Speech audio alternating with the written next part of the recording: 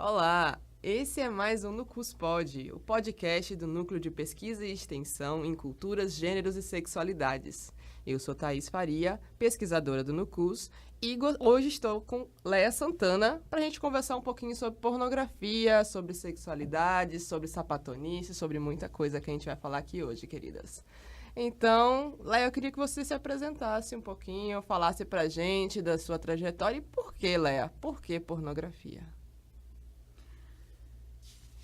Oi, eu sou Leia, eu sou também pesquisadora do NUCUS, estou recém-doutora no Programa de Estudos Interdisciplinares sobre Mulheres, Gênero e Feminismo.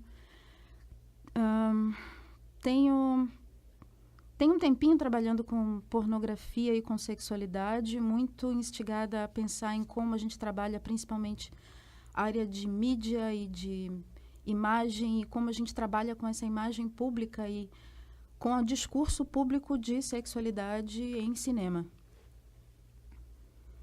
Certo.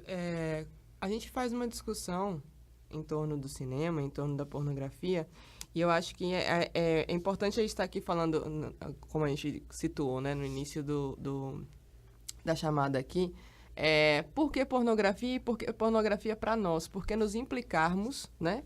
Por que colocar a nossa subjetividade em torno da pornografia?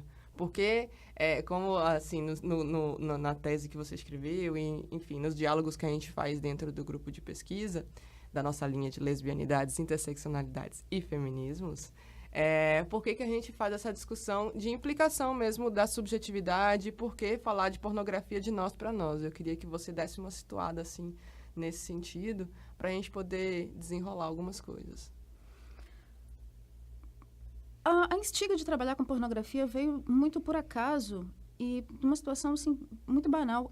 Conversando com professoras da área de cinema, inclusive, numa época que estava se discutindo sobre produção feminista no cinema, mulheres produzindo filmes, uma professora uma vez comentou uma coisa que era: puxa, a gente fala muito sobre como as mulheres são representadas no cinema, mas a gente não levanta muito sobre como as mulheres se representam. E isso realmente é um campo de estudos, é uma área de discussão que ela está crescendo agora, mas que ela ainda é bastante incipiente. A gente tem poucas pesquisas falando sobre a representação de mulheres ou o que é a produção de mulheres no cinema de uma forma geral. Em especial na pornografia, é um campo que é muito mais minado, visto que a produção de pornografia, produção de discurso sobre sexualidade de uma forma geral, não só na pornografia, mas falar sobre sexo é uma coisa muito masculina. Então, perceber que existe uma área de produção que mexe com sexualidade e com poder e com o direito à voz em uma mídia tão expansiva e que tem uma capacidade de alcance tão grande como o cinema, eu acho que essa é a grande sacada. Foi o que me instigou, o que me motivou muito a pesquisar essa área de pornografia feminista e de trabalhar com uma área que é tida como uma grande área de formação de um discurso de subjetividade tão ruim sobre a sexualidade feminina. Eu acho que seria interessante, então, a gente situar aqui de que pornografia a gente está partindo, né? Eu acho que o termo pornografia, como ele foi utilizado, como ele foi ressignificado, como ele é atribuído nessa pornografia feminista, talvez fosse interessante a gente pensar um pouquinho sobre isso, né? De que forma a pornografia ela surge e como que ela é apropriada por esse sistema que é machista, que é patriarcal, como você está colocando. Mas eu queria que você desenrolasse um pouco mais isso. Sobre a produção de pornografia, tá. Bom, na verdade, assim, o que me instiga... A gente pensar que, de uma forma geral, a produção de mídia no mundo ela é uma mídia muito masculinizada. É uma forma de pensar em comunicação muito a partir de um olhar muito masculino. A produção de pornografia, até os anos 90, prioritariamente, era muito centrada na mão de produções masculinas, de homens fazendo filmes, de homens diretores, de homens escrevendo discursos sobre a sexualidade. E, por conta disso, realmente, o paradigma sobre pornografia, a forma de se pensar pornografia mundialmente, acabou sendo uma forma muito... pouco interessante para as mulheres. A gente não vê um discurso feminino interessante na pornografia, a gente não vê desejos de mulheres sendo discutidos na pornografia, a gente não vê a autonomia feminina no sentido de pessoas, corpos desejantes mesmo, pessoas que têm vontade, que têm tesão, que têm tara, que têm, enfim, desejo por sexo. O discurso pornográfico, por muito tempo, justamente por ser um discurso muito masculino, ele tratava a mulher muito como um objeto de cena. Nem uma participação, nem um companheirismo, mas mesmo um objeto de cena. Muito para o desejo do homem, muito para um olhar masculino. Os enfoques eram muito pensados para mostrar aquele corpo que estava ali. Era muito como um corpo a ser conquistado, um território a ser conquistado. Mulher dentro do discurso de mídia, e principalmente no discurso pornográfico, era muito mais servia muito mais como uma função masturbatória para o outro do que como uma função masturbatória para a própria mulher. Então, a grande girada, eu acho que a grande sacada de se repensar a pornografia é pensar em como colocar esse desejo feminino, essa autonomia feminina, esse lugar de corpo desejante, de ser pulsante, de volta no corpo feminino. De explorar essa possibilidade de desejo, de explorar a possibilidade de fantasia, de falar sobre o que é, sobre como mulheres se desejam, como mulheres desejam outros corpos, que taras, que vontades, que sonhos. É dar direito a essa mulher a ser um ser pulsante. E nessa lógica desse ser pulsante que você coloca, desse gozo, dessas possibilidades de prazer, em que medida, então, essas pornógrafas ou essas cineastas, porque também tem essa questão dessa dificuldade de considerar pornografia como uma mídia de cinema, né? Sim. Sempre tem uma lógica de um preconceito aí dentro da própria construção, né, da mídia em si, mas que seria interessante até a gente tocar em alguma medida, mas quem são essas mulheres que estão produzindo? Estão produzindo de que forma, para quem, né? E que situar essa produção, que eu acho que é importante, e é uma das coisas que a gente tem mais dificuldade, que é o acesso a essa pornografia, né? Que é uma pornografia que ainda está um pouco fora do alcance da maioria das pessoas. Aí eu queria que talvez falasse um pouquinho sobre isso. A gente já começa mesmo com a dificuldade de pensar em pornografia como uma mídia que mereça observação, que mereça o respeito de ser estudada, pensada. A maioria das pessoas pensa em pornografia, enfim, a pornografia é muito tida como uma obra de segundo escalão, ou uma coisa que é suja, feia, sem graça. Até eu acho muito interessante como mesmo quando a gente fala sobre filmes eróticos ou filmes que tratam sobre sexualidade, as pessoas têm um certo respeito para pensar em, sei lá, Lucia e o sexo, ou pensar em obras... Azul é a cor mais... Azul é a cor mais quente. Esses são filmes que podem ser pensados como filmes de arte que tratam sobre sexualidade. Mas quando você fala em filmes que são centrados mesmo na sexualidade, vamos pensar em até Garganta Profunda. Sim. Garganta Profunda é simplesmente uma coisa ruim. Não é um filme ruim, não é um cinema ruim. Não se faz uma crítica em torno, uma crítica, inclusive, pautada na lógica de estética, Exatamente. De atuação, de roteiro. Se faz uma crítica a partir apenas da cena em si, né? É o conceito, é o paradigma, sabe? É pornografia, por si só, é inerentemente fraco, é inerentemente um filme que não vale a pena ser discutido. Eu acho que isso é a primeira coisa que a gente precisa repensar, porque, enfim... Não é exaltar pornografia como se fosse a coisa mais fantástica do mundo, mas é um produto de mídia.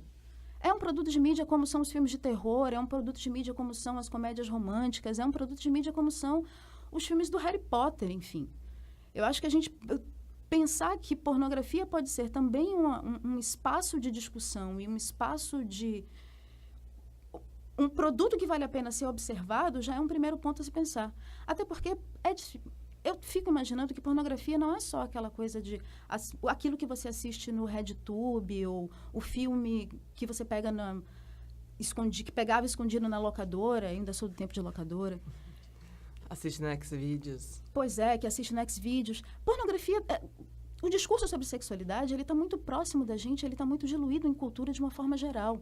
Se a gente pensa nas comédias românticas, elas têm um conteúdo de discutir sexualidade, do que é permitido, do que não é permitido em sexo, da mesma forma. Novela tem muito isso. Game of Thrones é uma das coisas mais pornográficas que eu já vi nos últimos tempos. Game of Thrones tem muita pornografia. Só que a gente circula sabe, todo o mal centrado nos vídeos registrados para maiores de 18 anos. Então, esse é um primeiro ponto que eu acho que já é interessante de se discutir. Pensar que aquilo ali é uma produção de mídia como qualquer outra. É uma produção de mídia que, óbvio, fica muito centrada, justamente porque é centrada em sexualidade e em sexo, e na fruição do sexo simplesmente por sexo, já é vista com uma certa cautela e um certo, sei lá, um olhinho atravessado. É porque sexo é algo interdito, né? Sexo é algo que não é para ser dito, para ser conversado, para ser falado, para ser degustado, para ser várias coisas, na verdade. Então, da mesma forma que a gente não discute sexualidade na sala de aula, que a gente acha que é imoral perguntar certas coisas às pessoas, a gente também não discute mídia sobre sexualidade. É o mesmo preconceito que a gente tem, de uma forma geral, no mundo, sobre aquele medinho de perguntar, até na consulta médica, sabe? Que moça não chega no ginecologista e fica meio constrangida de conversar sobre o médico, e aí, será que o meu corpo está, sabe, se eu estou gozando direito? Será que não falta alguma coisa em mim? Por que eu não sinto tanto prazer no sexo? Isso é uma coisa que a gente tem dificuldade até de conversar com as pessoas amigas. Não, é por isso que, por exemplo, também mulheres lésbicas não vão a ginecologista, porque a ginecologista, em grande medida, mulheres lésbicas cisgêneras, né? Não vão porque aí o ginecologista não encara como sexo, aquilo como sexo, né? Então, assim, aí você vê toda a centralidade de um sistema do que fala sobre sexo, de um discurso que existe sobre sexo e que não é para ser questionado. Exatamente por isso não se questiona pornografia, não se discute pornografia. Porque aquele ali é o espaço de você tirar do interdito. Discutir pornografia é discutir todas as coisas que ficam fora de cena. Os obscenos, tudo que não deveria ser colocado no palco central, todas as vontades que não deveriam ser. Voltar para o centro do discurso, elas ficam distribuídas na pornografia. Discutir pornografia também é trazer esse discurso de volta. É, inclusive, uma forma da gente aprender sobre os nossos corpos, da gente aprender sobre o que é que dá prazer, o que é que não dá prazer, ou até experimentar. Se a gente não tem essa possibilidade de discutir isso em grande mídia, se a gente não tem essa abertura, ou essa, sei lá, como é que a gente perde a vergonha? Como é que a gente fica sem vergonha? Pois é, como é que a gente perde a vergonha? De repente, perder a vergonha pode ser através desses caminhos. É você estar numa sala, como recentemente quando houve o lançamento de um filme de pornografia feminista que chegou num grande cinema, a oportunidade de você sair do cinema discutindo, poxa, mas aquela cena aconteceu assim, assim, será que aquilo realmente é divertido? Poxa, mas eu tive uma experiência interessante testando tal coisa. Em que outra possibilidade você tem, sabe? De que outras aberturas a gente tem para conversar sobre sexo? Sim. É porque quando a gente vai ver, tá na sala com os pais, tá vendo a novela e tem aquela cena de sexo na novela, todo mundo fica constrangido, alguém sai da sala, vai pegar alguma coisa, enfim, fica aquela confusão, né? E agora a nova cena de sexo são os beijos lésbicos e gays, né? Todo mundo fica desconfortável para poder fazer alguma coisa naquele sentido, para sair daquele espaço, né? E em pornografia você vê beijos lésbicos e gays loucamente, assim, existe quase uma normalização no sentido de isso é comum, isso é bacana, isso é tão banal quanto um beijo hétero. As possibilidades de trabalhar com crossdressing e mudanças de vestimento e de experimentar fantasias, no reino da pornografia a gente tem todas essas possibilidades. Tem todos esses assuntos, eles estão a descoberto ali, estão disponíveis. São as entradas perfeitas para se trabalhar, por exemplo, o que é corpo. Peitos grandes, peitos pequenos, bundas grandes, o que é, sabe? Qual o desenho que se tem, os órgãos sexuais. E toda essa loucura que a gente tem, essa padronização dos corpos e essa dificuldade que se tem de aceitar os próprios corpos. E as multiplicidades também, né? De como os corpos podem ser múltiplos e podem ser desiguais e tudo bem. E são todos desejáveis, e são todos divertidos, e são todos gozosos. A gente não precisa ter vergonha porque uma mama é maior do que a outra, porque o peito é gigante, porque o peito é pequenininho. Porque é muito peluda. Porque é muito peluda, porque é pouco peluda, porque não gosta de pelo. Sim. todas essas paranoias e toda essa forma medicalizada e normatizada que a gente tem de pensar corpo e de pensar desejo e de pensar prazer. Sim. Mas, Léa, me conta, assim, quem são essas mulheres aí que estão nessa onda, Sim, vamos produzindo? Lá. Porque, assim, é importante que a gente dê, inclusive, algumas dicas para você que está nos ouvindo nesse momento, algumas dicas de filmes, de produções, de títulos, para a gente poder compartilhar com essa galera aqui, inclusive de quais lugares achar essas produções. Tá aí, falar sobre essa parte é realmente complicada, porque a pornografia feminista ainda é muito elitizada. Existe uma certa dificuldade, existe uma enorme dificuldade na distribuição desse material, de fazer com que esse material circule livremente.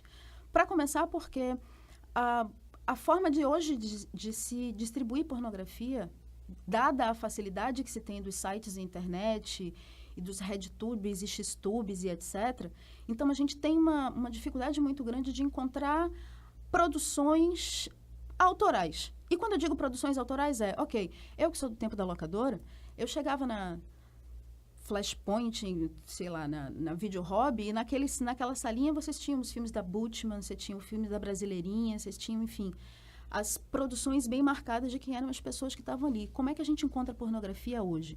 A gente procura na internet, já que não tem mais locadora.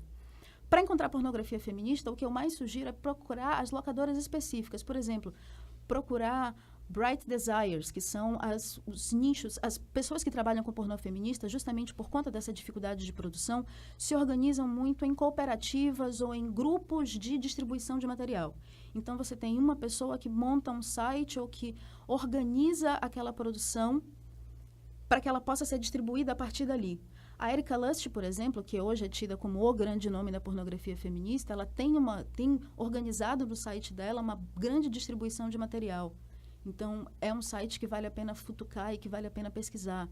Tem a Suzy Bright, por exemplo, que tem o Bright Desires. Ela montou uma forma de uma locadora virtual. Da mesma forma que a Shine Louise Houston, inclusive para quem procura pornografia voltada para corpos não brancos. A Shine Louise Houston trabalha com negritudes, com mestiçagens, e mestiçagens eu penso no sentido das misturas, mestiçagens no sentido Glória Anzaldúa, por favor, de misturar corpos e de misturar etnicidades. Shine Louise Houston, que é uma pessoa negra, ela se identifica como uma pessoa não binária, não como uma mulher, mas como uma pessoa não binária, uma pessoa negra que trabalha com pornografias diversas, inclusive com pornografia com BDSM, brincando muito com essa questão do poder e da dor e da subserviência, que também são coisas muito complicadas de se trabalhar dentro da pornografia, mas mostrando como tudo isso pode ser utilizado como uma via de assertividade de identidade, de construção mesmo de desejo e de construção de identidades positivas. Então, mas, enfim, como eu ia dizendo, ainda é uma área que é muito elitizada. A maioria das produções ainda circula no norte global, muito nos Estados Unidos e Europa. Em São Francisco, especialmente, no Canadá. Em São Francisco, nos Estados Unidos e no Canadá, são dois grandes polos de produção e distribuição de pornografia feminista. Então, essa pornografia ainda fica muito centrada em uma língua inglesa, em corpos não próximos da nossa, enfim, da nossa nacionalidade, daquilo que a gente reconhece. Mas que também abre para outras possibilidades de olhares que, de repente, a gente não estaria acostumado, ou acostumadas aqui do sul global. Acho que do sul global valia a gente só situar a Albertina Carri, que é uma das pessoas que está produzindo algumas coisas, né? Nesse sentido, lançou o filme dela que está rodando, mas também ela tem outros curtas que tocam nessa temática da pornografia. Muito mais, assim, no norte global a gente vai encontrar muito como uma pornoterrorismo ou como uma pornografia queer. Inclusive, Joyce Jandet tem algumas produções. No México tem umas coisas interessantes. É assunto para muito tempo. Bom, gente, mas é isso. É assunto para muito tempo, mas o nosso tempo acabou. Eu queria agradecer a Léa E esse foi mais um no CusPod, o podcast do Núcleo de Pesquisa e Extensão, Gêneros, Culturas e Sexualidades. Até mais!